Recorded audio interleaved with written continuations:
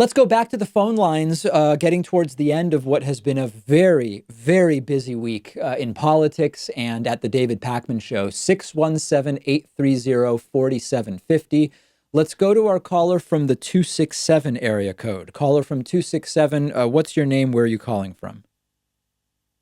Is this me? Yes, it is. Hello? Yes, it Hey, is. David. Dylan. I just wanted to ask you about your opinion on globalism and your opinion on guns. I heard you talk about both, but not in relation to each other. I have this theory that if we went into a semi-globalist or fully globalist controlled world, that if we didn't have any populace like America that was fully armed, I think the old statistics were that there's 300 million registered firearms in America, and that there's about 300 million people. So that would mean that each American could take arms against, let's say, the American populace, or not the American populace, the American military. Let's say they had a deployment. They can only put out about 200,000 people, so they stand no chance against the American populace. So I look at it like the American populace is kind of the big brother of the world's populace to keep the governments in check. Would you be still in favor of a globalist agenda if we didn't have firearms in one massive population of citizens? Wow, there is so much there that has to be disaggregated before. I mean, the question as asked is a tangle of conjecture, conspiratorial thinking, and misunderstanding. So let's see if we can to just untangle a few things. When you talk about globalism, are you talking about a one world government sort of setup, as there are some on the internet who talk about? Are you talking about globalism via coalitions of countries? Are you talking about globalism merely in recognizing that on some issues, like, for example, global warming, these issues go beyond the borders of a country, so we've got to work together? Like, what are you talking about when you say globalism?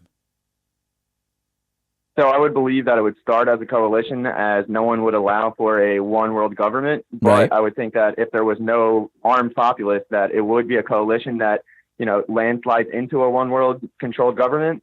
That would be kind of like a behind the scenes, a deep state action that we wouldn't have a say in as a world populace. Now, why has It would not be easier done without the firearms, why right? hasn't that been attempted now? And the reason I ask that is, in the sense, I mean, there are lots of firearms floating around in the U.S., but a lot of the coalitions that currently exist, to which the U.S. is party, are countries with very little gun ownership, for example, where if they all wanted to work together, they could very quickly, as you're sort of suggesting, dominate the local population. Like, why have we not seen an effort to do that by any of these international coalitions?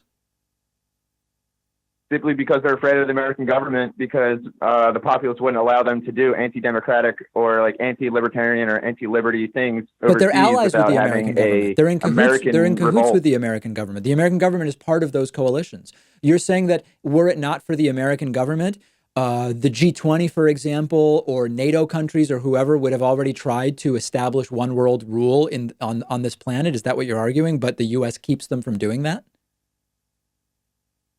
I'm saying that they would have if they weren't afraid of the American populace revolting against their anti-liberty and anti-democratic policies overseas. Yeah. Well, the problem with these theories is that it's impossible to prove why something didn't happen. And unfortunately, that's the sort of point in the discussion we've gotten to. Dylan, it's interesting. I think there's no evidence whatsoever for what you're saying, but I appreciate you presenting it to me. All right. Thank you, man. I Very like your good. show. All right. Keep Thanks having very it. much. Take care.